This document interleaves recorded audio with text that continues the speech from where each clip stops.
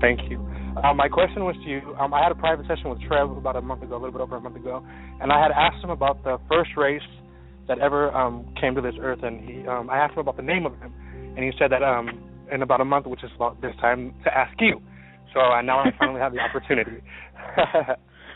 Are you speaking of the first race who inhabits this earth, or are you speaking of the first race that connected humans upon this earth? The first race to inhabit this earth. The first race to inhabit this earth has no physical name. The energetic name that was left was KunKae. And in this KunKae race, these entities are very seldomly spoke of. The Earth Collective Consciousness, through all of its archives, energetically and subsequently non-energetically, are trying to connect to this idea very strongly. What we can tell you, what we are aware of throughout archives as well as our own intuitive understanding of your Earth's history, is that these entities were alive 2.4 billion years ago. These entities lived upon your planet. This is much before much of life upon your Earth was thought to be even available to exist.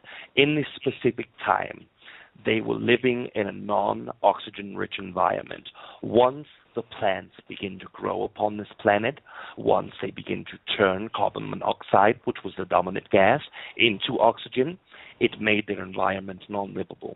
This was one of the very first third-density entities in the history of the galaxy to ever be able to move their entire race off of the planet. The reason that there are not stringent details of the specific race is because they are energetically not in a physical system. This is not a problem for most races, as archives are able to track these specific movings and track the specific history, as well as our own consciousness being able to jump backwards and forwards in time. But these entities specifically were not connected to this collective consciousness. They were not connected to this matrix in this galaxy. They were connected and brought here through another matrix, which makes them untraceable through archives.